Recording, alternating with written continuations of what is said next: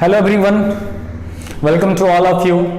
I hope you all are fit and fine. आप लोग सभी अच्छे होंगे, स्वस्थ होंगे और मेहनत करके पढ़ाई लिखाई कर रहे होंगे। आज फिर से हम आपके साथ जुड़ रहे हैं एक नए टॉपिक के साथ, जिसमें आज हम डिस्कस करेंगे एनडीए में प्रीवियस ईयर्स जो भी क्वेश्चंस आया है एनडीए से रिलेटेड, एनडीए में जो क्वेश्चंस आया है मैट्रिक्स से रिलेटेड उसको डिस्कस करेंगे। जानते हैं कि आप थोड़ा सा हम एक बार डिस्कस कर लेते हैं। एक बार एनडीए में टोटल 120 क्वेश्चंस पूछे जाते हैं, 120 क्वेश्चंस पूछे जाते हैं और ये हो गया टोटल 300 मार्क्स का। ये 300 मार्क्स का एनडीए में 120 क्वेश्चंस पूछे जाते हैं और ये होता है 300 क्वेश्चंस का, 300 नंबर्स का। टोटल एनडीए कितने नंबर का होता है? टोटल 900 नंबर का एग्जाम होता है, 900 नंबर्स का एग्जाम होता है और 900 नंबर का एसएसबी जिसको आप इंटरव्यू बोलते हैं। आप सोच लीजिए कि 900 में 300 नंबर आपका मैथ्स और इधर 600 नंबर में English science GS current affairs सब कुछ इसी में इंक्लूड होता है। तो ये 200 नंबर का इंग्लिश हो जाता है, 300 200 500 नंबर, बचा 400 नंबर इधर। इसी में जो कुछ भी बचा है सब कुछ आना है। ठीक है, तो आप बिल्कुल तैयार हो जाइए। आज हम आपके साथ डिस्कस करेंगे मैट्रिसेस से रिलेटेड क्वेश्चंस जो कि आपके एनडीए एग्जाम में पूछा गया। तो देखिए कितना आसान सवाल है, बिल्कुल आपके सामने एक क्वेश्चन दिखाई पड़ रहा है। क्वेश्चंस है ए का वैल्यू दिया हुआ है और बी का भी वैल्यू दिया हुआ है और बोला जा रहा है कि यदि ए स्क्वायर इक्वल टू बी है तो अल्फा का वैल्यू निकालना है। अल्फा का वैल्यू निकालना, देखिए बिल्कुल सिंपल सा सॉल्यूशन है इसका। सबसे पहले आप ए स्क्वायर निकालेंगे। ए स्क्वायर में क्या करते हैं आप? ए स्क्वायर मतलब क्या होता है? ए गुना ए होता है। ए मतलब अल्फा 0 1 1 इंटू ए का वैल्यू क्या हुआ? अल्फा 0 1 और 1। आप तुरंत वैल्यू निकाल लेंगे इसका। क्या हो जाएगा? अल्फा स्क्वायर हो जाएगा, ये 0 हो जाएगा, ये अल्फा प्लस 1 हो जाएगा और ये कुल मिलाकर के 1 हो जाएगा। ठीक है, ए स्क्वायर निकल गया। दिया हुआ क्या है देखिएगा, it is given that A square equal to B, it is given that A square equal to B and in the place of A square we have alpha square 0 alpha plus 1 and 1 and the value of B is given as, value of B क्या दिया? 1 0 2 1। Always one thing always keep remember that if you have more than one alphas in the questions, so in that case find the value of all the alphas। आप एक बात सोच सकते हैं, sir एक बात बताइए, ये आप देखिए पहला पहले के बराबर होगा, फर्स्ट नंबर किसके बराबर होगा? अल्फा स्क्वायर 1 के बराबर होगा, अल्फा स्क्वायर 1 के बराबर होगा। इक्वल मैट्रिक्स है तो अल्फा स्क्वायर किसके बराबर हो जाएगा? 1 के। तो इसलिए अल्फा का वैल्यू कितना हो गया? प्लस माइनस 1 हो गया। आप प्लस माइनस 1 भी तो टिक लगा सकते हैं भाई, लेकिन ऐसा नहीं करना है। हम आपको कई बार बता चुके हैं कि यदि आपको अल्फा का वैल्यू निकालना है तो उस क्वेश्चन में जहां जहां अल्फा दिख रहा है सबका वैल्यू निकालिए। 1 वैल्यू 2 वैल्यू 3 जितना वैल्यू आ रहा है सब अलग अलग इक्वेशन सॉल्व करिए। ये इक्वेशन नंबर 1 था। तो और सारे इक्वेशन में आप अंतिम में जो आंसर देखेंगे कॉमन वैल्यू खोजेंगे। कॉमन वैल्यू खोजना है, वही आपका आंसर होगा और यदि कॉमन वैल्यू नहीं निकलता है तो आंसर नहीं होगा। अब दूसरा देखिए, ये होगा, ये भी 2 के बराबर होगा। ये जो अल्फा प्लस 1 है ये किसके बराबर होगा? 2 के बराबर होगा। अल्फा प्लस 1 इक्वल टू कितना हो गया? 2। इसलिए अल्फा का वैल्यू यहाँ पर क्या हो गया? 1। तो आप बिल्कुल बता सकते हैं दोस्त, इक्वेशन 1 हो गया और ये इक्वेशन नंबर 2 हो गया। इस दोनों इक्वेशन में अल्फा का कॉमन वैल्यू क्या है? दोनों इक्वेशन में अल्फा का कॉमन वैल्यू क्या है? दोनों इक्वेशन में अल्फा का कॉमन वैल्यू क्या है? अल्फा का वैल्यू 1 है। सो 1 इज योर राइट आंसर। तो कितना आसान सवाल है, समझ लीजिए। एक क्वेश्चन आसानी से आप बना लिए। चलिए दूसरा क्वेश्चन हम लेते हैं, जल्दी से इसको देखेंगे।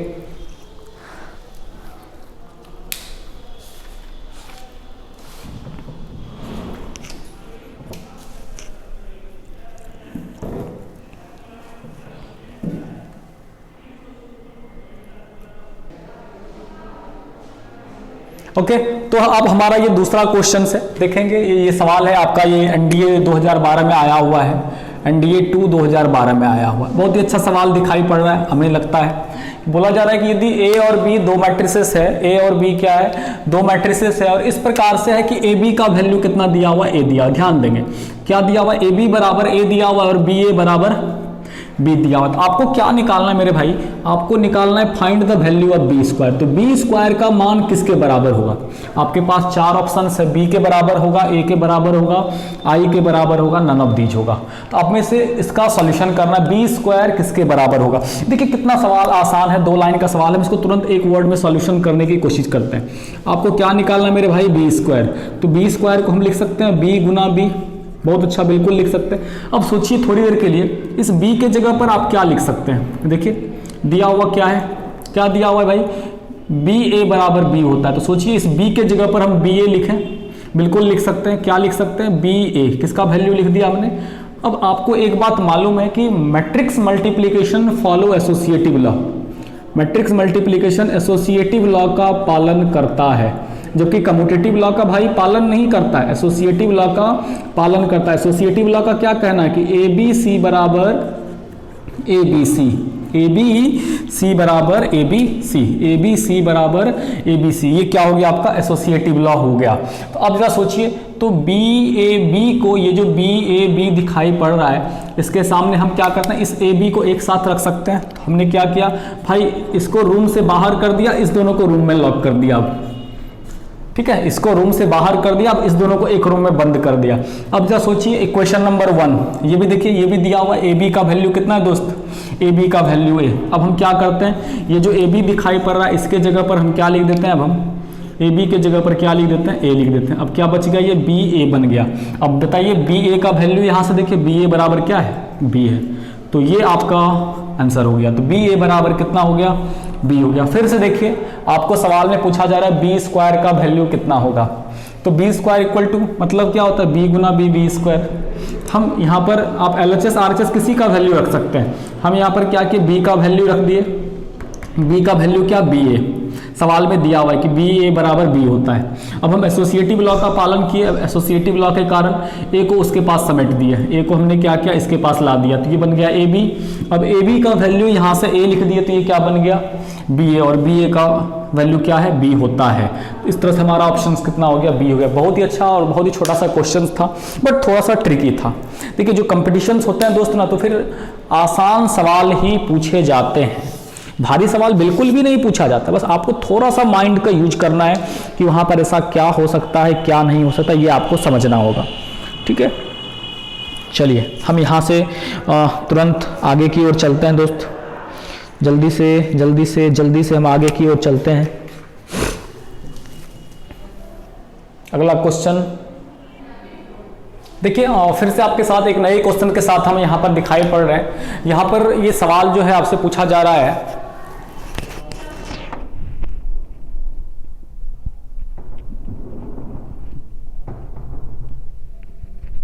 यदि ए का वैल्यू दिया हुआ है, ठीक है, और ए गुना बी प्रोडक्ट करेंगे दोनों को, वो भी वैल्यू दिया हुआ है, ए गुना बी का वैल्यू दिया हुआ है। आपसे पूछा जा रहा है कि आपको बताना है कि बी मैट्रिक्स क्या होगा, क्योंकि ए गुना बी कुछ ना कुछ तो होना चाहिए ना, ए गुना बी कुछ ना कुछ तो होना चाहिए। तो यहाँ पर ए का वैल्यू दिया हुआ है, बी मिसिंग है, तो बी निकालना है आपको। तो फिर ध्यान देंगे, छोटी सी बात, हम आपको एक कंपटीशन के लिए ब्रह्मास्त्र बताते हैं, याद रखेंगे कि कई बार हम डायरेक्ट नहीं चल के इनडायरेक्ट चलते हैं। इनडायरेक्ट बोले तो आंसर की तरफ से चलते हैं। ध्यान देंगे, आपको ए का वैल्यू दिया हुआ है, बी मिसिंग है, और आपको यहाँ आंसर दिया हुआ है, यहाँ पर जो भी है आंसर दिया हुआ है। तो भाई आंसर ही पुट कर दीजिए ना, आंसर ट्राई करिए पुट करने का, कौन सा आंसर यहाँ पर रखेंगे जो आंसर आ जाएगा यहाँ पर। कहानी समझ रहे हैं आप बातों को, कि आपके पास सवाल में क्या दिया हुआ है, आपके पास सवाल में दिया हुआ है 5 6 1 2 -1 और 5, ये दिया हुआ है। आपको यहाँ पर ये चीज निकालना है कि ये क्या होने वाला है, और आंसर दिया हुआ है 35 49 29 और 13, ये आपका आंसर दिया हुआ है। 35 49 29 और 13 ये आपका आंसर दिया हुआ है। आपको पता करना है कि यहाँ पर ये क्या होगा, तो सबसे पहले ये पता करिए कि इसका ऑर्डर कितना बाय कितना का होगा। इसका ऑर्डर देखिए कितना है, 2/3 का ऑर्डर है। इसका ऑर्डर मालूम नहीं है, इसका ऑर्डर पता चल रहा है 2/2 है। तो इसका मतलब बी का ऑर्डर पता करिए सबसे पहले। आपको मालूम है कि यहाँ पर और ये दोनों चीज़ सेम होता है, इसका मतलब यहाँ पर 3 होगा और जो बचता है वही नीचे आता है, इसका मतलब यहाँ पर 2 होना चाहिए। तो आपको पता क्या करना है कि ये जो बी मैट्रिक्स है वो 3/2 का होना चाहिए। बी मैट्रिक्स 3/2 का, 3 रो 2 कॉलम। तो पता करिए 3 रो 2 कॉलम वाला कौन सा ऑप्शन है। भाई मेरे पहला तो यूं ही गलत हो गया, दूसरा भी यूं ही गलत हो गया, बचा क्या, ये दोनों। अब पता करिए, बैठाइए दोनों को और पता चल जाएगा। कोई भी एक लाइन रखिए इसका, first row first column. Multiply कैसे करते हैं हम लोग, मल्टीप्लाई कैसे करते हैं भाई, फर्स्ट रो फर्स्ट कॉलम। मान लीजिए यहाँ पर हम 5 1 4 रखते हैं, मल्टीप्लाई करिए, देखिए 5 25 6 31 31 4 35। अरे भाई आ तो गया ये। वही दूसरा रख के ट्राई करिए, दूसरा रख करके ट्राई करिए, कोई एक लाइन भी रखेंगे तो आंसर दिखेगा भाई। 2 6 3, देखिए 5 दूना 10 6 36 36 10 46, गलत हो गया भाई, ऑप्शन नंबर सी। फिर से कहानी समझिए दोस्त, हम क्या करते हैं, जब भी कभी कभी कुछ ऐसा ऑप्शंस आपके पास आता है, ऐसा क्वेश्चंस आता है जहां पर कि हम यदि इस तरफ से बनाना शुरू करें, प्रोसेस वाइज बनाना शुरू करें, बहुत टाइम लगेगा।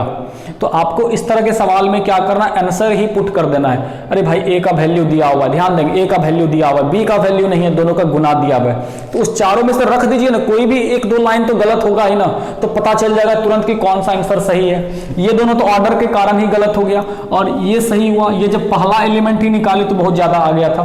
तो इस तरह से आप सवाल को बना सकते हैं दोस्त कई बार। ये एक ब्रह्मास्त्र है कंपटीशन के लिए, क्योंकि कंपटीशन में क्या होता है, आंसर तो मालूम है ना कि 4 ऑप्शन है, उसी 4 में से कोई एक आंसर होगा, तो कई बार आप आंसर ही पुट कर दें। ये कहां पर सफल होता है, याद रखेंगे, जब भी आपको कोई इक्वेशन से रिलेटेड क्वेश्चन मिले, इक्वेशन टाइप का क्वेश्चन, ये भी तो इक्वेशन ही है ना, क्योंकि यहां पर बी फाइंड करना है, तो जब भी कभी आपको इक्वेशन से रिलेटेड टाइप क्वेश्चन मिले तो उस परिस्थिति में आप आंसर पुट कर सकते हैं। ये एक ब्रह्मास्त्र का काम करता है, स्कोर बहुत जबरदस्त। कहीं ना कहीं आप 2-3 सवाल भी इस तरह से बना ले रहे हैं, समझ लिया आपके लिए प्लस पॉइंट है कि आपका कट ऑफ में नाम आ सकता है।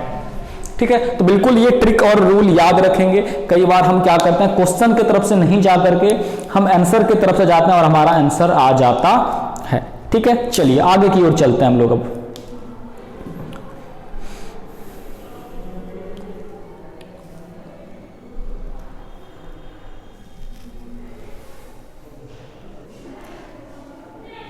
Okay, our next question is x का वैल्यू दिया हुआ, ध्यान देंगे जल्दी से फटाफट, यहां पर ध्यान देंगे। x का वैल्यू दिया हुआ है, x का वैल्यू क्या दिया हुआ है भाई मेरे, 102-3।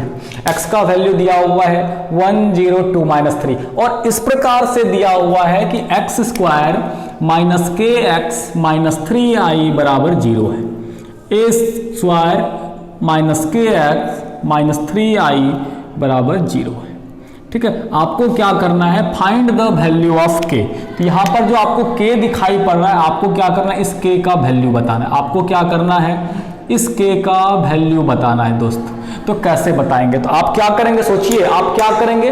सबसे पहले x² निकालेंगे, फिर x का तो वैल्यू दिया हुआ है, बैठा देंगे, सबको सॉल्व करेंगे तो k का आंसर आएगा। दोस्त ऐसे नहीं करना है।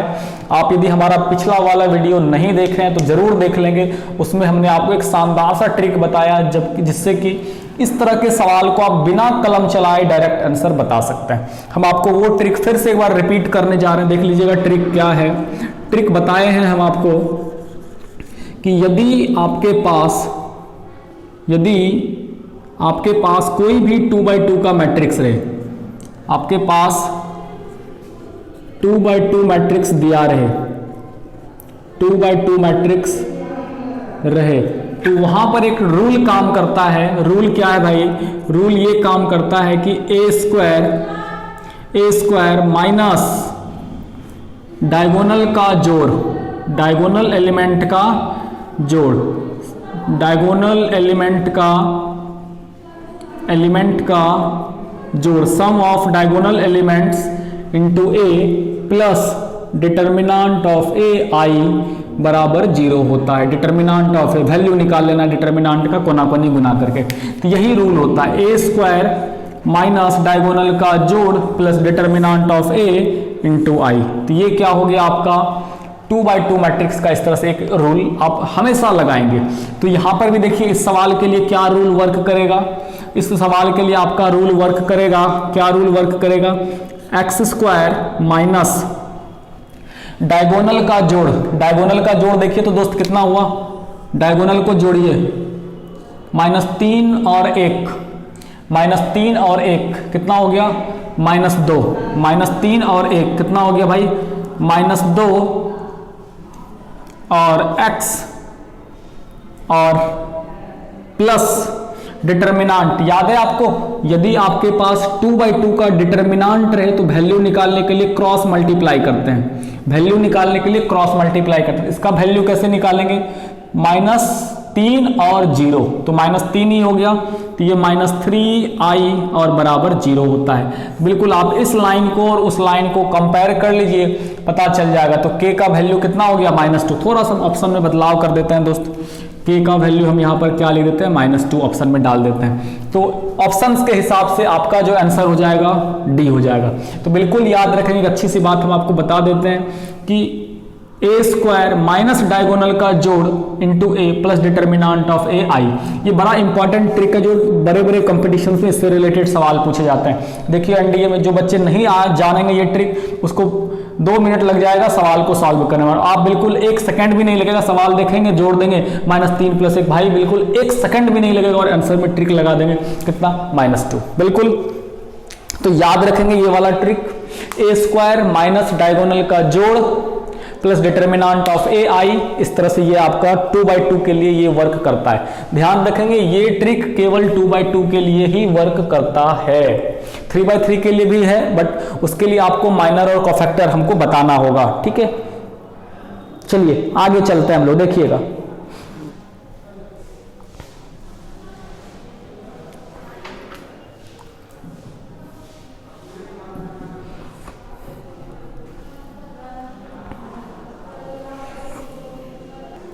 देखिए हमारा नेक्स्ट क्वेश्चन है a = ओमेगा 0 0 और ओमेगा। याद होगा आपको ओमेगा क्या होता है भाई, क्यूब रूट्स ऑफ यूनिटी होता है। ओमेगा यदि कॉम्प्लेक्स नंबर आप क्लास 11th में पढ़े होंगे आपको जरूर याद होगा ओमेगा मतलब क्या होता है। फिर से ध्यान देंगे थोड़ा सा, cube roots of unity, cube roots of unity ये टॉपिक है क्लास 11th, हम थोड़ा सा डिस्कस कर देते हैं क्लास 11th, और चैप्टर का नाम है कॉम्प्लेक्स नंबर। चैप्टर का नाम क्या है भाई, कॉम्प्लेक्स नंबर। क्लास 11th में कॉम्प्लेक्स नंबर पढ़े होंगे, उसमें ये टॉपिक आता है क्यूब रूट्स ऑफ यूनिटी। तो क्यूब रूट्स ऑफ यूनिटी में 3 टॉपिक होता है हमारा, क्यूब रूट्स ऑफ यूनिटी में 3 टॉपिक होता है हमारा, 1 ओमेगा और ओमेगा स्क्वायर, 1 ओमेगा और ओमेगा स्क्वायर, ये आपका 3 क्यूब रूट्स ऑफ यूनिटी होता है, 1 ओमेगा और ओमेगा स्क्वायर। ओमेगा मतलब क्या होता है भाई, ओमेगा मतलब होता है -1 प्लस √3i/2, -1 प्लस √3i/2, और ओमेगा स्क्वायर का मतलब होता है -1 माइनस √3i/2। तो जितने जो बच्चे नहीं जानते होंगे दोस्त जरूर इसको नोट कर लेंगे कि क्यूब रूट्स ऑफ यूनिटी हमारा क्या होता है। क्यूब रूट्स ऑफ यूनिटी क्या होता है, 1 ओमेगा ओमेगा स्क्वायर, ये 3 वैल्यू आता है 1 का, 1 को तो 1 ही बोलेंगे, ओमेगा का वैल्यू ये हुआ और ओमेगा स्क्वायर का वैल्यू ये होता है। अब प्रॉपर्टी जितने बच्चे देख रहे हैं बिल्कुल सभी बच्चे इसको कंठस्थ कर लेंगे, ढेर सारे चैप्टर्स में ढेर सारे जगहों में हम इसके कॉन्सेप्ट्स का क्या करते हैं, यूज करते हैं। अब देखिए इससे रिलेटेड प्रॉपर्टी क्या होता है, 1 ओमेगा ओमेगा स्क्वायर से रिलेटेड हमारा प्रॉपर्टी क्या क्या होता है ये देखिएगा, बिल्कुल इसको नोट कर लेंगे और अच्छे से याद कर लेंगे। पहला जो प्रॉपर्टी होता है देखिएगा, प्रॉपर्टी होता है 1 प्लस ओमेगा स्क्वायर 0 होता है, 1 प्लस ओमेगा स्क्वायर 0 होता है। दूसरा प्रॉपर्टी क्या होता है, 1/ओमेगा = ओमेगा स्क्वायर होता है और 1/ओमेगा स्क्वायर = ओमेगा होता है, ठीक है। नंबर 4 क्या होता है दोस्त, ओमेगा पर पावर n, ओमेगा पर पावर n मतलब समझ लीजिए कि n के जगह पर कोई भी नंबर रहे, जहां n क्या हो, जहां n कोई भी इंटीजर हो, जहां n क्या हो, कोई भी इंटीजर हो। तो यदि ऐसा रहे तो आपको इसका वैल्यू निकालने के लिए क्या करना है, n में 3 से डिवाइड करना है, n में 3 से क्या करना है, डिवाइड करना है, भाग करें n में 3 से डिवाइड करना है, n में क्या करना है, 3 से आपको डिवाइड करना है। जैसे ओमेगा पर पावर 50 है तो उसमें भी 3 से डिवाइड करना, ओमेगा पर पावर 10 है उसमें भी 3 से डिवाइड करना, और डिवाइड करने के बाद जो बचेगा केवल उसी को लिखना है। डिवाइड करने के बाद जो बचेगा उसी को, ध्यान रखेंगे कि ओमेगा पर पावर 1 ओमेगा होता है, ओमेगा स्क्वायर ही होता है, और ओमेगा क्यूब का मान 1 होता है। दोस्त बिल्कुल इंपॉर्टेंट बात, ओमेगा क्यूब का मान 1 होता है, और ओमेगा पर पावर 0 आ जाए तो भी वैल्यू 1, ओमेगा पर पावर 0 आ जाए तो भी वैल्यू 1 होता है। इस तरह से आपका वैल्यू निकाल सकते हैं, omega square equal to omega square और ओमेगा क्यूब इक्वल टू क्या होता है 1। तो ये पॉइंट, ये जो सारा पॉइंट है जरूर याद कर लें, बिल्कुल ये काफी इंपॉर्टेंट पॉइंट है कि मान लीजिए आपको क्या करना है दोस्त, एक एग्जांपल से समझाते हैं। ओमेगा पर पावर 16 का मान निकालना है। यदि कोई पूछे बताओ भाई ओमेगा पर पावर 16 का मान क्या होगा, तो आप क्या करेंगे, ओमेगा पर कुछ भी पावर रहे, रूल बिल्कुल मन में बैठा लीजिए, लिख लीजिए कॉपी में, ओमेगा पर कुछ भी पावर रहे उस पावर में क्या करना है दोस्त, 3 से भाग करना है, 3 से डिवाइड करना है, और डिवाइड करने के बाद जो रिमाइंडर बचे उसी को लिखना है। 16 में 3 से भाग करिए, 3 बचे 15, बच गया 1, तो जो शेषफल बचे उसी को लिखना है दोस्त, शेषफल बच गया 1। तो ओमेगा पर पावर 1 का मान तो ओमेगा ही होता है ना, तो ये ओमेगा आंसर हो गया। मान लीजिए ओमेगा पर पावर रहता 32, तो क्या करते सोचिए, 3 से भाग करते, 3 से भाग करने पर क्या बचता जी, 3 धंग 30, बच गया 2 ओमेगा स्क्वायर। तो ओमेगा स्क्वायर को भाई मेरे ओमेगा स्क्वायर ही लिखते। मान लीजिए ओमेगा पर पावर रहता 1 2 0 120, तो बिल्कुल जब 30 से भाग करते 3 से तो बिल्कुल ये कट ही जाता, तो ओमेगा पर पावर 0, और ओमेगा पर पावर 0 का मान क्या होता है 1। तो बिल्कुल यहां से दोस्त आपको एक रूल पकड़ में आ रहा होगा कि ओमेगा पर कुछ भी पावर रहे तो उसमें क्या करना, 3 से डिवाइड करना है। ओमेगा पर कुछ भी पावर रहे तो आपको क्या करना है, 3 से डिवाइड करना है, और जो रिमाइंडर बचे उसी को लिखना है। Always keep remember all these points, all these are very very very important, always keep remember. Okay, okay, now come to the point. We have a question here, a equal to omega 0 omega, where omega is the cube roots of unity. Clear from this discussion? And now we have to find a पर power 100, a पर power 100। अरे भाई a पर power 100 का मतलब क्या, a को 100 बार गुना करेंगे क्या, a को 100 बार गुना करेंगे क्या, कर पाएंगे यार, करते करते बिहाने हो जाएगा। तो अब क्या करेंगे दोस्त, ये समझना है, क्या करेंगे ये समझना। इधर हम मिटा देते हैं, इधर हम क्या करते हैं, जस्ट साफ करते हैं इसको। अब देखिए हम वैल्यू निकालते हैं आगे, हमारा जो सवाल है और हमें जो बनाना है वो क्या है, हमें निकालना a पर पावर 100। हम आपको पहले भी ये ट्रिक और रूल बता चुके हैं कि जितने सारे कॉम्पिटिशन्स हैं इस तरह के क्वेश्चंस को बहुत फॉलो करते हैं। कोई भी मैट्रिक्स आपको दे दिया जाएगा, a पर पावर 50, a पर पावर 100, IIT तो एकदम बिल्कुल मत पूछिए कितना सवाल इस तरह के सवाल को फॉलो करता है। a पर पावर 2000, 2022, 2025, कुछ भी ऐसा सवाल पूछेगा। तो ढेर सारा ट्रिक हम बता चुके हैं। इसके लिए आपको एक कॉमन चीज क्या बताए कि जब भी आपको कुछ भी पावर रहे तो आपको कम से कम क्या करना, 2 वैल्यू निकालना, a स्क्वायर और a क्यूब जरूर निकालें। तो चलिए भाई सबसे पहले हम a स्क्वायर निकालते हैं। आजा भाई a स्क्वायर निकालने की कोशिश करिए, सॉल्यूशन बनाते हैं हम लोग। यहाँ से देखिएगा दोस्त सभी, a स्क्वायर मतलब जानते हैं क्या होता है, a गुना a, मल्टीप्लाई करिए, ओमेगा 0 0 ओमेगा, सही है। और आगे देखिए ओमेगा 0 0 ओमेगा, मल्टीप्लाई किया। अब देखिए यहाँ पर इस तरह से क्या होता है हमारा, मल्टीप्लाई कीजिएगा, first row first column, first row first column, ये क्या हो जाएगा omega square, first row second column 0, इसको इससे मल्टीप्लाई करिएगा और फिर इसको इससे ओमेगा स्क्वायर आ गया, बिल्कुल सही बात है। अब आगे चलिए यहाँ से, अब क्या करेंगे आगे, इस तरीके से ओमेगा क्यूब निकालिए। तो ओमेगा क्यूब बराबर क्या होगा, a स्क्वायर इंटू ए, और a स्क्वायर a का वैल्यू भाई हमने तो अभी तुरंत निकाला है। a क्यूब का वैल्यू निकालने के लिए हमको a स्क्वायर गुना a करना होगा। तो a स्क्वायर का वैल्यू देखिए मेरे भाई, omega square 0 0 omega square Guna a का वैल्यू है ओमेगा 0 0 ओमेगा, और जैसे ही हम इसको मल्टीप्लाई करेंगे मेरे भाई क्या आ जाएगा, सोचिए, इसको मल्टीप्लाई करके आप जल्दी से बताइए कि ये क्या होगा भाई मेरे। ये तो हो गया पहला रो पहला कॉलम ओमेगा क्यूब 0, जीरो और ओमेगा क्यूब। और जैसे ही हम लोगों का नजर पड़ा ओमेगा क्यूब पर, एक बात याद आया, अरे यार ओमेगा क्यूब का मान तो एक होता है।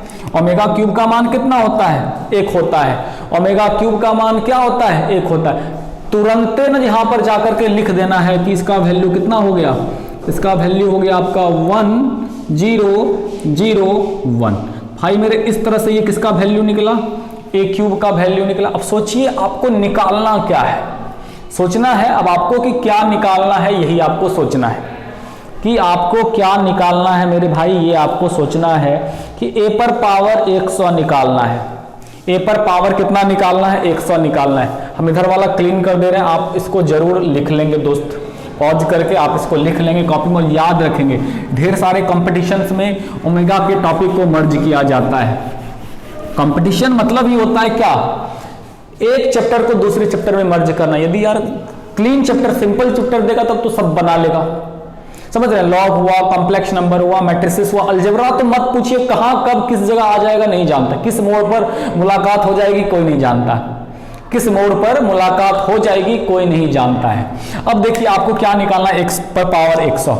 नाउ अब आपको निकालना क्या है भाई? a पर पावर 100। सोचिए दोस्त, a पर पावर 100 निकालना है। मेरे मन में एक ख्याल आ रहा है। क्या ख्याल आ रहा है भाई? क्या ख्याल आ रहा है?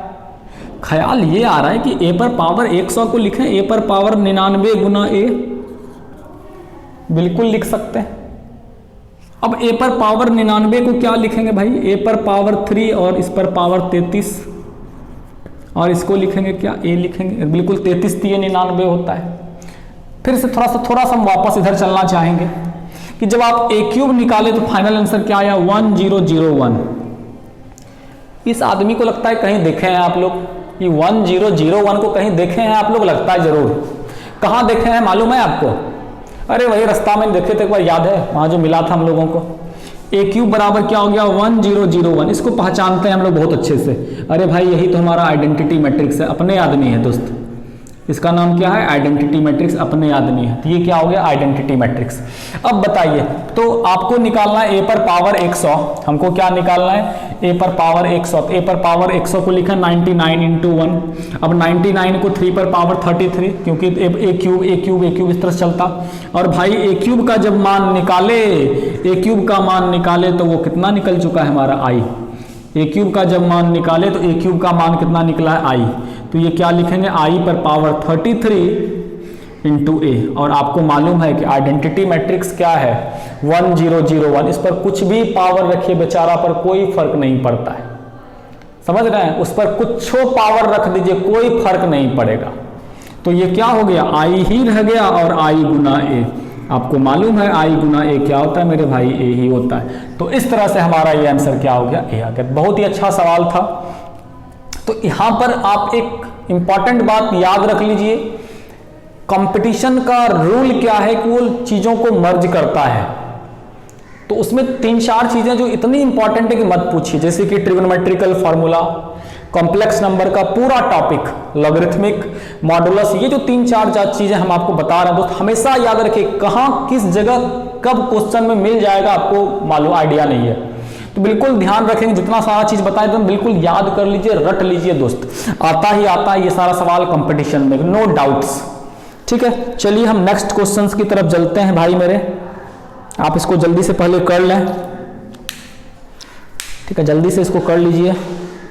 हम नेक्स्ट क्वेश्चन की ओर चलेंगे, जल्दी जल्दी जल्दी जल्दी कर लीजिए।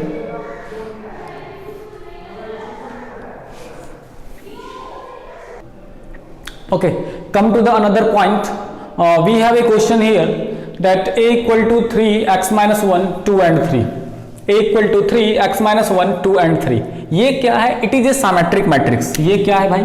एक symmetric matrix। तो आपको करना क्या है? Find the value of x. ये आपको x का वैल्यू निकालना। Then find x. आपको क्या करना है? आपको x का वैल्यू निकालना। तो सामेट्रिक मैट्रिक्स बिल्कुल छोटा सा सवाल है, देखेंगे। सामेट्रिक मैट्रिक्स किसको बोलते हैं भाई? सामेट्रिक मैट्रिक्स बोलते हैं कि यदि आप किसी का ट्रांसपोज करते हैं और फिर से वही आ जाए तो हम उसको बोलते हैं सामेट्रिक मैट्रिक्स। फिर से ध्यान देंगे दोस्त, यदि आप किसी का ट्रांसपोज करते हैं और फिर से वही आ जाए हम उसको क्या बोलते हैं? Symmetric matrix.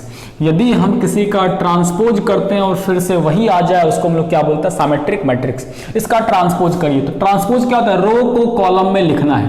तो ये क्या हो गया 3x - 1, ये क्या हो गया 2 और 3, बिल्कुल सही है, ये आपका ट्रांसपोज हो गया। ये हो गया 2 और ये हो गया 3, और a का वैल्यू क्या दिया हुआ है 3x - 1, ये हो गया 2 और ये क्या हो गया 3। अब देखिए भाई यहां से क्या निष्कर्ष निकल रहा है कि चूंकि ये क्या दोनों क्या है, इक्वल मैट्रिक्स है, ये दोनों क्या है, इक्वल मैट्रिक्स है। तो इक्वल मैट्रिक्स किसको बोलते हैं, संगत वस्तु भी बराबर रहे, संगत वस्तु